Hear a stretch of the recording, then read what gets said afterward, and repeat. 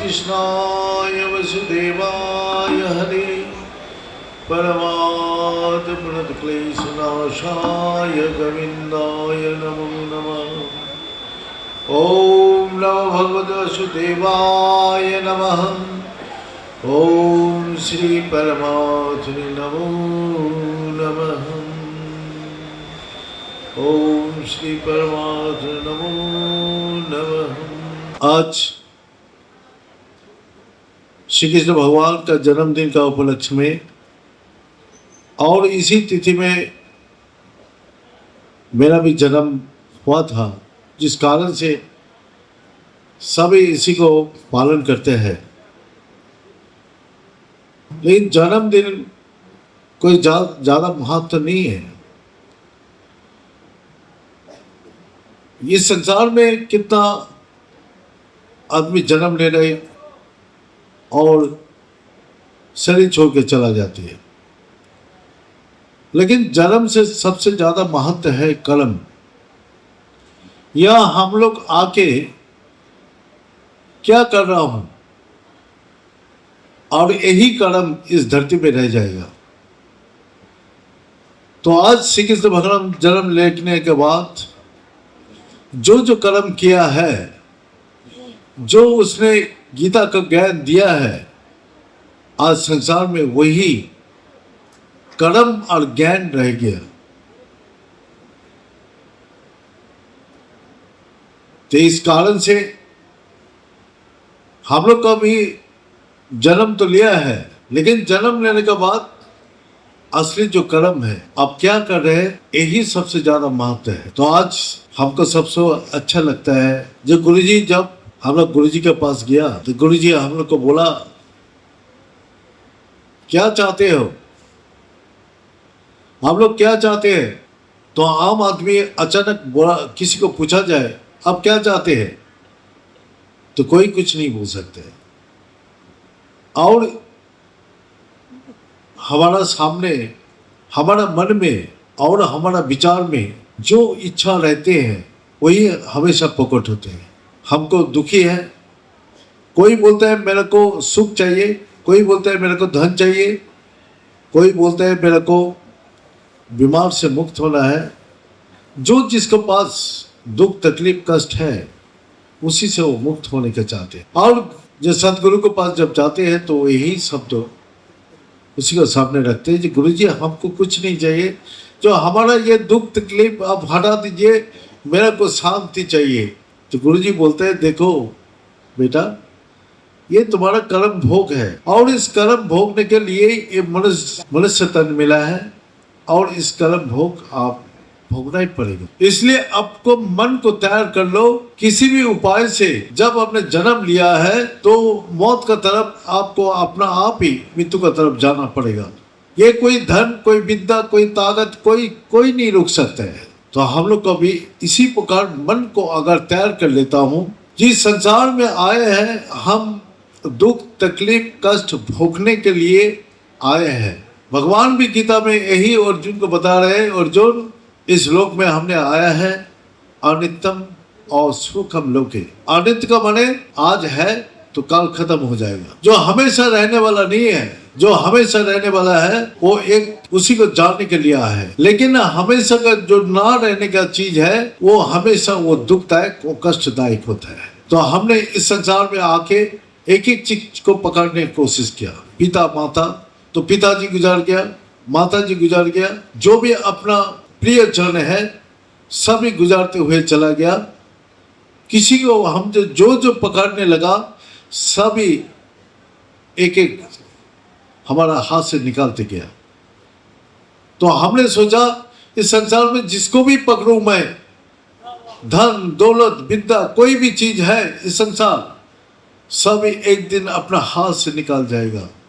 ऐसा चीज पकड़ो जो कभी भी हाथ से ना निकलने, और वो चीज है वही परमात्मा है। और वही परमात्मा को पकड़ने के लिए हम लोग का इस मनुष्य तन में आया है। और उसको पकड़ने के लिए जो हम कर्म करते हैं, तो परमात्मा जैसे हमेशा के लिए रहने वाला है, कभी भी किसी अवस्था में जिसको परिवर्तन नहीं होता है, विनाश नहीं होता है, हमेशा एक ही प्रकार रहते हैं। इसी प्रकार जो उसी को पकड़ के, सच को पकड़ के, उस परमात्मा को पकड़ जानने के लिए जो कर्म हम करते हैं, वो इस संसार में आके अमर हो गया, अमर हो गया। और उसी कर्म से जो परमात्मा को पकड़ते हुए हमको जो साधना करना पड़ा, और उसी से जो हमको अंदर से जो चीज प्राप्ति हुआ, तो वो हमेशा के लिए। तो एक दिन भगवान बुद्ध सब छोड़ के, घर से छोड़ के चला गया, जंगल में घोर तपस्या करने लगे। तो भगवान बुद्ध को काफी दिन तपस्या करने के बाद तो गांव का आदमी पूछे, जो चलो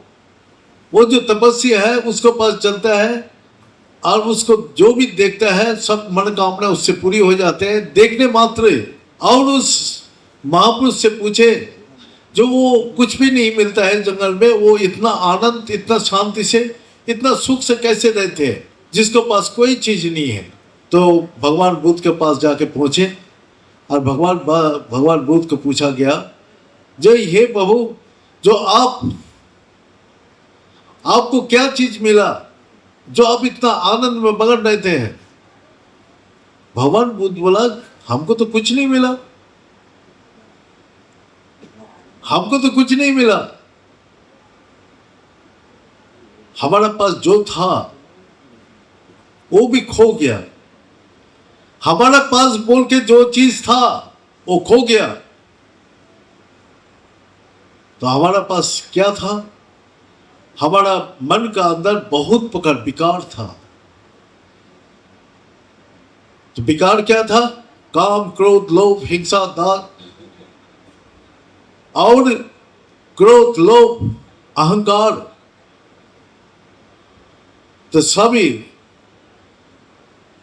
चीज धीरे धीरे खत्म हो गया। और वो भी खत्म हो गया, मैं भी खत्म हो गया। मैं बोल के और कोई सत्ता मेरा अंदर है नहीं। तो आप देखिए भगवान बुद्ध क्या बोल रहे हैं, जब भगवान का नाम लेते लेते ऐसे ही अवस्था हो गया, जो मेरा अंदर जो विकार था, काम, क्रोध, लोभ, हिंसा, अहंकार, सब खत्म हो गया। किस कर्म से? उस परमात्मा का भजन करते हुए मेरा अंदर हजारों विकारों को खत्म हो गया। और संसार को पकड़ के हजारों विकार पैदा होता है, राग, देश, हिंसा, क्रोध, लोभ, संसारिक चीज के लिए, धन दौलत, मान सम्मान के लिए कितना लड़ाई झगड़ा अशांति हो रहे। राजा, एक राजा से दूसरा राजा को पराजित करने के लिए, उसको रात को जीतने के लिए तो हमेशा लड़ाई लगा रहते हैं। घर में भी सब अपना अपना इच्छा का अनुसार चलने के लिए अपना कोशिश करते हैं। कोई किसी का बात सुनने के लिए तैयार नहीं है। बेटा अपना पिता का बात नहीं सुनता है, माता का बात नहीं सुनता है, बेटा अपना इच्छा का अनुसार चलना चाहते हैं। तो कोई किसी का बंधन में रहना नहीं चाहते हैं। हर आदमी स्वतंत्र होना चाहते हैं। हर आदमी किसी का बस में रहने का इच्छा ही नहीं होता है। तो इस कारण से जैसे आपका मन आपका बस में नहीं है, आपका बुद्धि आपका बस में नहीं है, आपका इंद्रियां आपका बस में नहीं है, आपका मन आपका बस में है नहीं है, क्योंकि आपका मन इतना चंचल है। आप सोचे जब मैं 1 घंटा बैठ के ध्यान करूंगा, कर नहीं सकते, क्योंकि मन आपको कंट्रोल में नहीं है। क्योंकि यहाँ फंक्शन में चलते हुए मैंने देखा सब कितना विचलित मन है। एक बगल में 1 सेकंड के लिए हम भी यहाँ बैठ के आराम से सुनने के लिए तैयार हूँ, तो 10 आदमी मेरा पास आके बोलते रहते। तो उसका मन इतना चंचल है, इतना अस्थिर है, अपना विषय में इतना मगन है, जो जब तक वो बोल नहीं सकता है तब तो उसको मन में शांति नहीं मिलेगा। तो आपका मन है, आपका कंट्रोल में नहीं है। आपका बुद्धि है, आपको कंट्रोल में नहीं है। आपका इंद्रिय है, आपका कंट्रोल में नहीं है। तो आपको मन बुद्धि अगर आपको कंट्रोल में है तो आप सारी जगत को भी आप कंट्रोल कर सकते हैं। तो इसीलिए पहले आप अपना मन बुद्धि को कंट्रोल कीजिए, तो आप आपको परिवार को कोई भी एक शब्द किसी को बोलेंगे कि बेटा ये नहीं करना, तो वो बेटा कभी भी नहीं करेगा। मैं गारंटी के साथ बोल रहा हूं, मैं गारंटी के साथ बोल सकता हूं, जो अगर आपका मन बुद्धि इंद्रिय कंट्रोल में है तो आप अपना कोई भी हुक्म किसी का लिए देंगे तो ना नहीं कर सकते। लेकिन पिता का मन चंचल है, बुद्धि विकारग्रस्त है, उसका इंद्रिय इतना बहिर्मुखी है, तो वो बेटा को अगर बोले बेटा मेरा बात सुन, तो वो नहीं सुन सकता है, कभी भी नहीं सुनेगा। तो इसीलिए जो परमात्मा का भजन करने का क्या है, परमात्मा जो आपका अंदर कहाँ बैठे हैं, इसीलिए आप लोग परमात्मा में ध्यान क्यों नहीं लगाते हैं? जब परमात्मा का विषय में आप लोग को कोई भी मतलब बोध ही नहीं है। आपका बोध कहाँ है? परमात्मा बाहर है, मैं पूजा कर लिया बस चल दिया। लेकिन अगर परमात्मा आपका अंदर है और 24 घंटा आपको देख रहे हैं, आपको अच्छा बुरा देख रहे हैं, और अच्छा का अच्छा फल दे रहे हैं, बुरा का बुरा फल दे रहे हैं, तो आप अपने अंदर कितना अच्छाई है कितना बुराई है आप खुद जानते हैं। उसका अनुसार आपको जो दुख आते हैं तो आप सोचेंगे जो मेरा ये जो बुरा कर्म का ये बुरा दुख आया है, अच्छा कर्म का अच्छा फल हमको मिलेगा। तो इसीलिए जो आपका अंदर भगवान क्या बोल रहे, कर्म करने का अधिकार दिया है, लेकिन ये फल जो है सुख और दुख ये किसी का हाथ में नहीं है, सबका फल अंदर से देगा। और उसको कहाँ दुख लगता है, कहाँ सुख का अनुभव होता है, सबका बाहर नहीं, सबका अंदर। अंदर ही सुख दुख का अनुभव होता है, बाहर सुख दुख का कोई अनुभव नहीं होता है। जो भी सुख दुख आनंद का अनुभव सबका अंदर होता है। अगर यही अंदर जो सुख और आनंद देने वाला है तो उसी का भजन करूं तो हमको जरूर वही अंदर आनंद और शांति मिले। जैसे माता जी आज बोल रहे थे, भक्ति दो प्रकार का है, एक अंदर का भक्ति, एक बाहर का भक्ति। तो बाहर का भक्ति में क्या बोला, एक दर्शन और एक सुदर्शन, दोनों नाम बोला है। तो दर्शन क्या है, जो दर्शनधारी, पहले बोलता है दर्शनधारी हो बनो, तभी भीख मिलेगा, तभी नाम होगा, गुण विचारी बात में। तो हम लोग क्या करते हैं, एक गांव में दो भक्त, तो जो भक्त दर्शनधारी था वो सुबह प्रणाम करने जाता था, तो आदमी गांव में बोलते देखो ये आदमी कितना धर्म आत्मिक है, धर्मात्मा है, उसको नाम में ये प्रशंसा उसको कान में आता था, लोग उसको देख के प्रणाम करता था, लोग उसको देख के भेंट देता था। वो सोचता था अरे मेरा भक्ति का बहुत प्रभावित। उसने सुबह एक बार जाता था, अब आदमी को दिखाने के लिए फिर और एक बार जाने लगे, लोग और उसको ज्यादा जय जय करने लगे। इसके बाद फिर वो शाम को भी जाने लगे, तो सब गांव का आदमी बोला इसका माफिक और धार्मिक कोई नहीं। उसको देखी सब राम राम जय शिव, सब उसको सीट टेकने लगे। तो वो देख रहे उसका नाम प्रशंसा और जस चारों तरफ उसको फैल रहे हैं। इसी से उसको क्या हो रहा है, अहंकार, अहंकार पैदा हो रहा है। अगर उसको कोई सम्मान नहीं करते हैं, अगर उसको कोई नहीं मानते हैं, तो उसको प्रति उसको राग देश पैदा होता है और उसको नुकसान करने का कोशिश करते हैं। जैसे रावण ने तपस्या किया तो सारी दुनिया उसको जय जय करने लगी। रावण के मन में अहंकार हुआ, तो अहंकार से क्या हुआ, वो भगवान को भजने की जगह खुद भगवान बन गया। वो खुद अपने भगवान बन के वो घूम रहे। और कंस भी, जो श्री कृष्ण भगवान को अपना मारने के लिए कोशिश किया, जो कभी भी किसी स्थिति में जिसको वध नहीं किया जाए, वो इतना भगवान का भक्ति करते करते इतना शक्ति मिला और उस शक्ति से इतना अहंकार पैदा हो गया, जिसका अंदर क्रोध हिंसा लोभ सबको दुख देने लगे, कष्ट देने लगे। सत्य को अपमान करने लगे और उसी को भगवान को मार के खुद अब भगवान बनने की कोशिश करते। और एक सुदर्शन था। सुदर्शन क्या हुआ? वो अपना गुप्त रूप से भगवान भक्ति कर, तो भक्ति करते करते इतना भगवान उसका प्रसन्न हो गया तो उसका घर में प्रकट हो। भगवान उसके घर में प्रकट होते ही चारों तरफ से लोग अपना आप ही आकर्षित होकर उसका आने लगे और भगवान का जय जय करने लगे। माता जी ये भी बोल रहे थे जब वो दोनों भक्त का मौत हुआ तो मौत होने के बाद क्या हुआ? जो दर्शन था वो बाहर मंदिर में घंटी बन गया, सिर्फ बाहर का घंटी बजाता था और सुदर्शन अपने भक्ति से, अंतर आत्मा का भक्ति से, अंतरंग भक्ति से उसने क्या मिला? भगवान का चरण कमल में उसका आश्रय मिला। कैसे? भगवान अपना पैर में अपना और पैर लगाते हैं तो वो पैर का रूप से भगवान का हमेशा वो बजने लगे।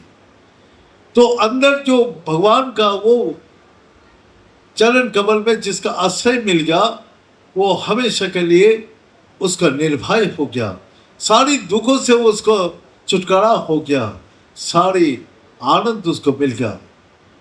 हर भगत भगवान का चरण कमल में जो विराजमान है वो उसको लिए हमेशा का लिए सारी दुखों का नाश हो गया। और जो अहंकार से बाहिर जगत का भक्ति दिखाने का कोशिश करते हैं, सबको दिखाने का कोशिश करके आकर्षित करना चाहते हैं, तो उसका भक्ति से वो औसरिक शक्ति पैदा हो जाती है और उसमें अहंकार पैदा होते हैं और वो घंटी बन के बाहर ही टंग जाते हैं। वो हमेशा बजते रहते हैं लेकिन वो बजने से कोई भगवान का पता ही नहीं चलते हैं। तो इसीलिए हमारा भक्ति भी अंतर आत्मा का अंदर से होना चाहिए, ना बहिर् जगत का दिखाने के लिए भक्ति होना चाहिए।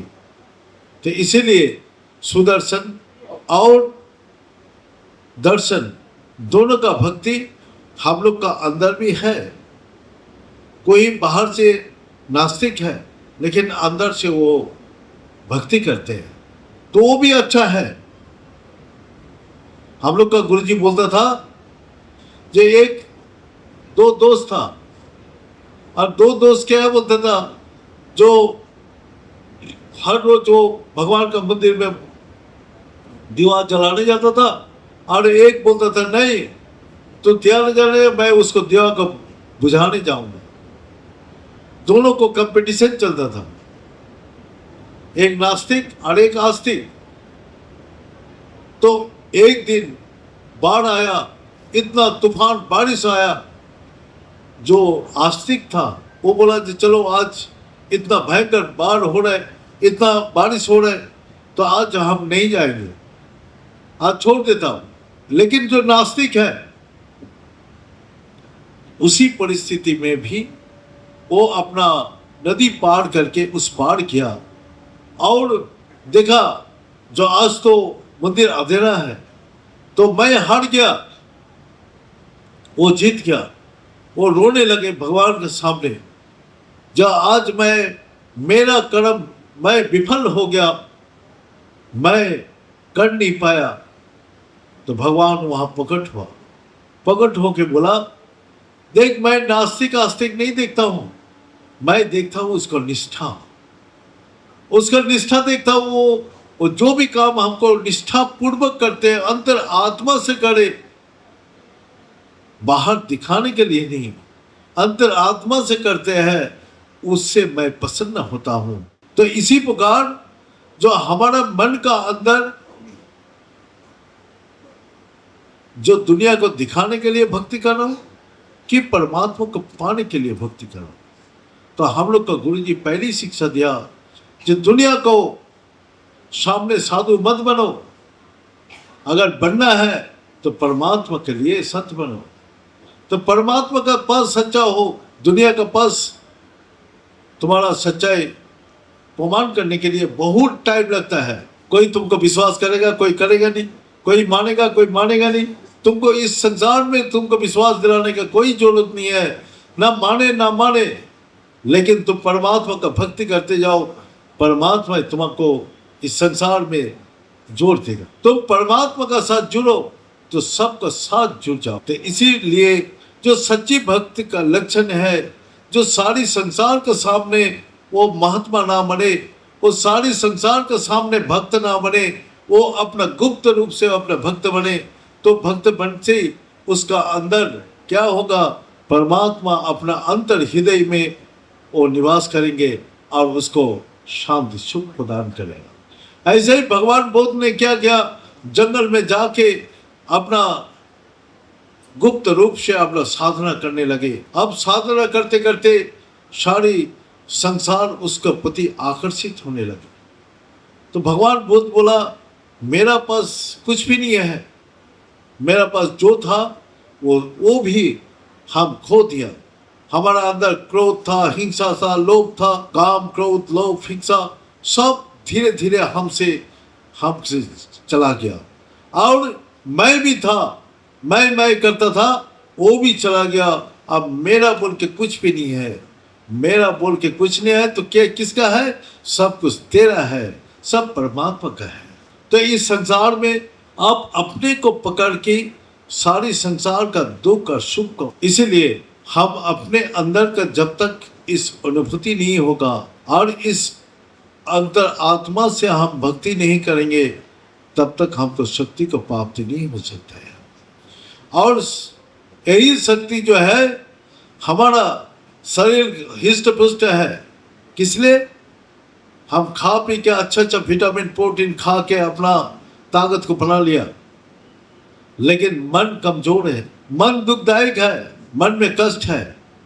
उसके लिए आपके पास क्या विटामिन प्रोटीन है जो मन को, बुद्धि, अपना इंद्रिय को ताकतवर बना सके।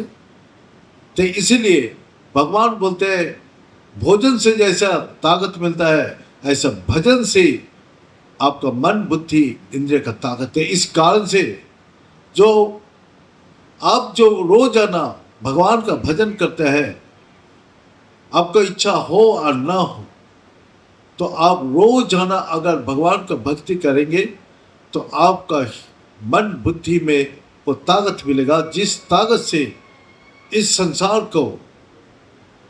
संसार में जो आप मन बुद्धि से काम करते हैं, तो वहां अगर ताकत मिल गया तो आपको ऊपर इस संसार हावी नहीं हो सकता है।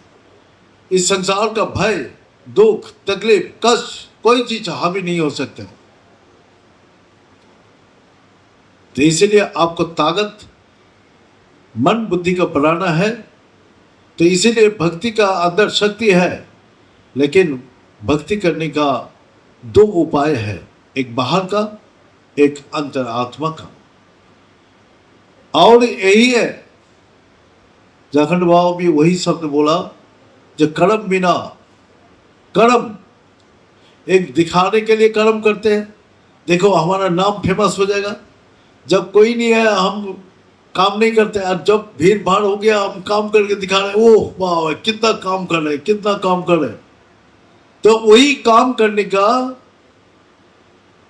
हमारा साल में हर रोज हम काम कर रहे हैं परमात्मा के लिए, और एक दिन सबको दिखाने के लिए काम कर रहे, तो उसका फल स्वरूप वही होगा। तो वो गिर जाएगा और ये रह जाएगा।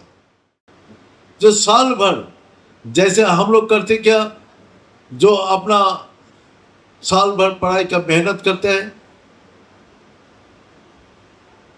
और मेहनत करके पढ़ाई करके वो जानते हैं मैं पास कर ही जाऊंगा, और जो सारी साल इधर उधर घूमते भटकते रहते, वो देख तो जो एक महीना सारी रात जाग जाग के पढ़ रहे हैं, और तब भी उसका मन में दुर्बल है, जो मैंने पढ़ाई किया लेकिन मेरा याद नहीं आ रहा, कमजोर हो गया याद, खाना पीना सोना नहीं हो पाया, तो इसलिए मन बुद्धि भी कमजोर है। तो इसी से उसको मन में डर है, मैं शायद फेल हो जाऊंगा, मैं शायद फेल हो जाऊंगा। तो इसी प्रकार जो भक्त भी जानते हैं, जो रोजाना भक्ति करते हैं, उसका अंदर ये शक्ति है जो मैं हर चीज से पार हो जाऊंगा। जो दुख आए, तकलीफ आए, कष्ट आए, कुछ भी आए, तो मैं हर चीज से पार होके अपना आनंद को अनुभव करूंगा।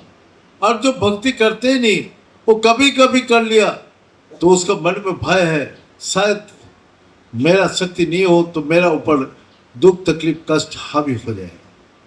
तो इसीलिए भगवान क्या बोल रहे हैं, जे इस संसार का एक पत्थर का ऊपर मिट्टी का घड़ा रखते रखते जब पत्थर ही घस जाते हैं, इसी प्रकार भक्ति करने में बहुत कठिन लगता है, बहुत सख्त होता है।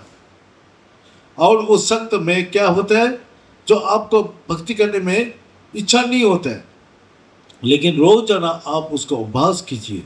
रोजाना अभ्यास करते करते क्या होगा, कितना भी सख्त हो, लेकिन वो आपका भक्ति का प्रभाव से वो सख्त भी धीरे धीरे घस जाएगा और आपके लिए जगह बन जाएगा। आपके लिए वो जगह बन जाएगा जो आप आराम से वहाँ रह सकते हैं। इसीलिए भगवान अभ्यास नित्य कुंद देव भिखारी, सारा जिंदगी भर भिखारी बनाना पड़ेगा। तो अपने मन बुद्धि दुर्बल है, इसीलिए हम भिक्षा मांगने जाते हैं। और भगवान को छोड़ के, भगवान को जो अपने से अलग सोचता है वो भिखारी बनता है। और भगवान को जो अपने साथ जुड़ता है वो भिक्षा मांगने नहीं जाते, उसके पास सभी आते हैं। जैसा सूरज जब आसमान में आते हैं तो हर चीज अपने तरफ ही आकर्षित करते हैं। और जो सूरज से अलग कोई वस्तु है उसको आकर्षण शक्ति नहीं है, वो गिर जाता है। तो हम भगवान का छोड़ के, जैसे ये संसार का चीज हम लोग क्या करते, इतना इकट्ठा किया, भगवान को छोड़ के मैंने घर में सुख के लिए, शांति के लिए, आनंद के लिए मैंने घर में कितना सामान इकट्ठा कर लिया, लेकिन तब भी हमको मन में शांति, आनंद, सुख नहीं है। तो वस्तु में सुख नहीं है, वस्तु में आनंद नहीं है। तो अभी अपना यही वस्तु, कपड़ा पहन के, अलंकार पहन के, मकान बना के, एसी लगा के, गाड़ी खरीद के हमको बहुत कुछ शांति सुख का आश्रय बनाता हूँ, लेकिन तब भी मन दुखी है, तब भी मन अशांत है, तभी मन में बहुत प्रकार का अभाव तभी महसूस करता हूँ। तभी भगवान का पास रोजाना मांगने जाता हूँ, हे प्रभु मेरा को शांति दो, मेरा को अपना रक्षा करो, मेरा को इस दुख से परित्राण करो, मेरा को इसी बीमारी से बचाओ, मेरा को अपना इस संसार का जो हलाहल रूप दुख है, जो तकलीफ है, इससे बचाओ। रोजाना भगवान से मांगते मांगते मैं परेशान हो जाता हूँ और मैं अपने को इतना छोटा, इतना क्षुद्र, इतना दुर्बल महसूस होता है। अपने को क्यों महसूस होता है? जो हम मांग मांग के खुद ऋणी बन जाता हूँ। मैं मांग मांग के, भगवान के पास मांग के मैं इतना ऋणी बन जाता हूँ, जो जैसे आज भारतवर्ष से इतना मांग मांग के ऋणी बन गया, इतना क्षुद्र बन गया, जो उसको रुपया का, 1 रुपया का कितना कीमत है। इतना 1 रुपया हम जब विदेश में ले जाते हैं तो बताते हैं जो 80 रुपया में $1, 1 पाउंड मिलता है। 80 रुपया में 1 पाउंड मिलता है। हमारा 80 रुपया देगा तो उसको 1 रुपया देगा, 1 पाउंड। तो हम लोग कितना कमजोर है। किस लिए कमजोर है? हम मांग मांग के ऋणी बन गया, और जितना में मांगेंगे उतना आप नीचे दबते जाएंगे। तो हम भगवान से मांग मांग के हम कमजोर हो जाते हैं। और क्या होता है, जब नहीं मिलता है तो हमारा भक्ति खत्म हो जाते हैं। भक्ति भगवान से विश्वास हट जाते हैं, हमारा मांग जब पूरी नहीं होता है तो हमारा भगवान का विश्वास और भक्ति खत्म हो जाते हैं। तो इसीलिए जो भगवान को छोड़ के इस सांसारिक वस्तु मानते हैं उसको कभी भी अभाव पूरी नहीं होता है, और जो इस संसार को छोड़ के भगवान को अपना मानते हैं तो उसको कभी भी कोई अभाव, भगवान को जो अपना सोचता है, जो भगवान जो अगर इस संसार का त्रिलोक का राजा है तो हम उसको अगर संतान है तो हम भिखारी क्यों बने, हम भी तो राजपुत्र हैं। इसीलिए गुरु जी हम लोग को बोलता है जो अमृत सपुत्रा, जो तुम अमृत का पुत्र है तुम क्यों मांगेगा जो अपने को नहीं जानते हैं, जो भगवान को नहीं जानते हैं वो मांगने वाला होके इस संसार में घूमते रहेगा। लेकिन जो आदमी भगवान को जानते हैं, अपने को जानते हैं, वो भिखारी कभी नहीं बनेगा, वो बैठे बैठे सब चीज यहाँ पहुंचे। तो गुरु जी बोलता था हम लोग का जो तो यहाँ बैठ और यहाँ बैठ के इस तरह सब कुछ मिलेगा। तो हमने जिंदगी में एक बार परीक्षा किया, जो गुरु जी बोलता है जो चीज मांगेगा वही मिलेगा। मैं जिंदगी में चलते हुए वही चीज परीक्षा किया और परीक्षा करके देखा जो गुरु जी का वचन 100% सच है। मैं उस अनुभव करके आप लोग को सामने भी बोल रहा हूँ, अगर सच्चा भक्ति कोई करते हैं भगवान उसको प्रमाण तुरंत देता है, उसी समय उसको प्रमाण दे देगा जो देखो मैं उस सच्चा भक्त के लिए क्या करता हूँ। तो गुरु जी का वचन का हमने आजमा के देखा और गुरु जी बोला जहाँ साधन भजन होगा वहाँ हर चीज का वृद्धि होगा। जैसे एक बीज को बोया जाए और उसमें पानी और मिट्टी और जल दिया जाए तो उसमें वो बीज अपना आप ही अंकुरित होगा और बड़ा होने लगेगा।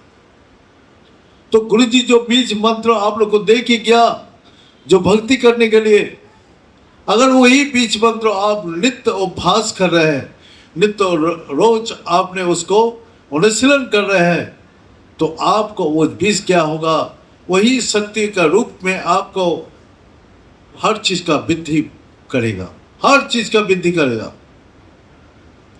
तो हम भी आश्रम में बैठ के उस चीज का अनुभव किया, उस चीज का अनुभव किया जो मेरा को एक दिन जब वहां ठंडी का कोई कपड़ा नहीं था, कोई कपड़ा नहीं था हमारा पास, रात को बैठ के अपना ऐसे वो सतरंजी ओढ़ के दरी ओढ़ के अपना बैठा रहे, बैठ साधना करता था।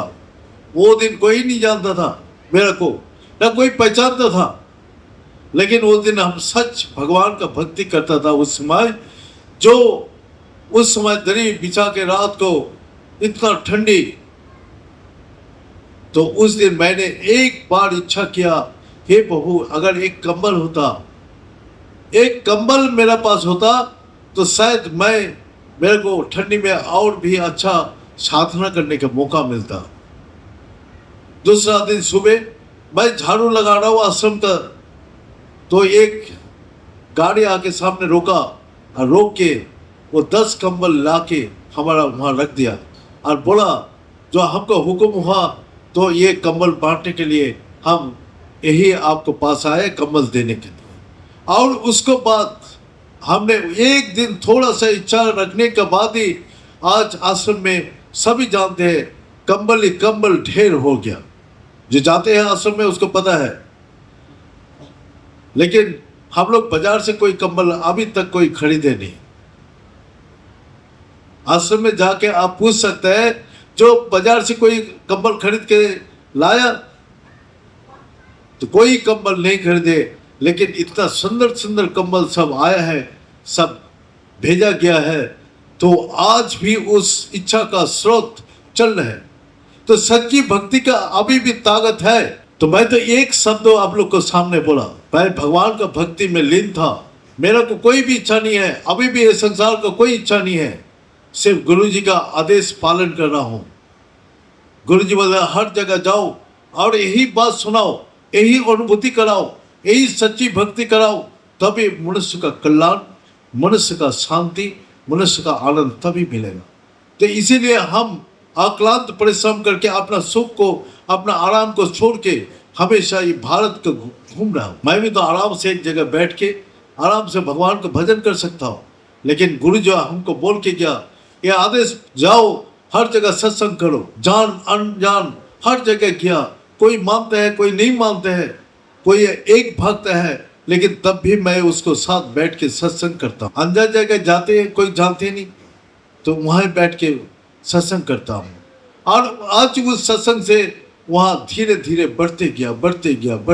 तो आज मैं तो देख ही रहा हूँ, तो गुरु जी का आदेश के लिए मैं चारों तरफ भ्रमण कर रहा हूँ। और जब मैं गुरु जी का आदेश था आश्रम में बैठने के लिए, मैं 6 साल आश्रम में बैठ के वहाँ साधना किया। आश्रम का बाहर जाने का नाम ही नहीं था, और आज आश्रम में रहने का मेरा नाम ही नहीं है। लेकिन उसमें भी दुख नहीं था, और इसे घूमने में भी मेरा दुख नहीं है। हर तकलीफ, हर दुख, हर परिस्थिति को मैं फेस करते हुए आगे जाता हूँ। लेकिन इस चीज को हम जो अनुभव किया है, जो सच्ची भक्ति का पीछे जो आप जो मांग रहे हैं, तो आप मांगना छोड़ो, सिर्फ भगवान को मांगो। मांगो तो भगवान को मांगो जो सब कुछ देने वाला है। तो इसीलिए आज भगवान का दरबार में हमने आए हैं सभी मांगने के लिए। लेकिन यही चीज मांगो, हे प्रभु, मैं और कुछ नहीं मांगते मांगते मैं, और मेरा दुख नहीं हटता है, मेरा तकलीफ नहीं हटता है, मेरा अशांति नहीं हटता है, मेरे को और कुछ नहीं चाहिए, सिर्फ आप ही चाहिए। आप दुख हटाओ, क्या अशांति में रखो, क्या कोई भी अवस्था में रखो, मेरे को आ रहा है संसार का सुख नहीं चाहिए, ना इसको आनंद चाहिए, मेरे को चाहिए तो आप चाहिए। बस अपने मन में ये संकल्प करो, जो हम और भिखारी बन के नहीं घूमेंगे, आपको साथ जोड़ के हम भिखारी का हमेशा मिटा देंगे। तो यही निष्काम सकाम भक्ति से जब आदमी निष्काम में जाते हैं, तो सकाम क्या होता है? तो रामकृष्ण परमहंस जी बोलता था, जो देखो खाने बैठो तो खाने का समय क्या होगा, मांगोगे, अरे ये दो, वो दो, फलाना दो। हाँ, जैसे जैसे पेट भरते जाएगा, तुम्हारा मांगना खत्म हो जाएगा। तब तुम देने से भी बोला नहीं चाहिए, नहीं चाहिए, नहीं चाहिए, नहीं चाहिए। तो आप लोग कितना दिन से सारा जिंदगी भर मांगते रहेंगे? बचपन से तो मांग रहे हैं, अब तो ये करो, और नहीं चाहिए, और नहीं चाहिए। तो हम सोचते हैं जो हमारा मांग जैसा घी में, अग्नि में जैसा घी डालते हैं तो आग और बढ़ता है, तो हमारा मालूम होता है धन संपत्ति जैसे जैसे बढ़ते हैं, तो उसी आनंद में बोलता है और चाहिए, और चाहिए, और चाहिए। मतलब अग्नि का माफिक और बढ़ती जा रही, घटने का कोई नाम निशान ही नहीं है। तो भोजन करने का टाइम जैसा पेट भरता है, तो आपको कितना भी प्रिय वस्तु ला के दे, जो आप एक ले लो, बोले नहीं और नहीं लेंगे। तो इसी प्रकार आप मन, ये मांगते मांगते आपको मन भर गया, आप मांगो मत।